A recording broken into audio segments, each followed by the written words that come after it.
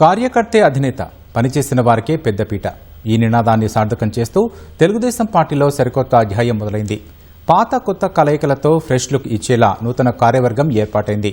TDP working ప్రెసిడెంట్గా నవయువ సారథి నారా లోకేష్ ప్రమాణ స్వీకారం చేశారు. టీడీపీలో నవశకం మొదలైంది. యువ నాయకత్వంతో నూతన కార్యవర్గం కొలువుదీరింది.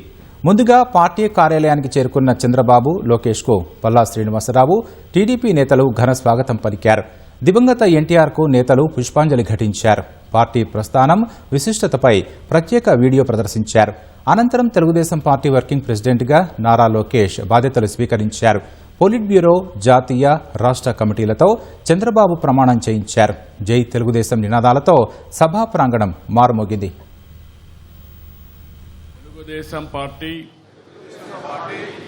ఆశయాలకు, పవిత్ర లక్ష్యాలకు కట్టుబడి ఉంటూ పార్టీ సభ్యునిగా క్రమశిక్షణతో, ప్రజాసేవాభావంతో మనస, వాచ, కర్మేణ నిరంతరం పాటుపడుతూ నిస్వార్థంగా అవినీతి అక్రమాలకు పాల్పడకుండా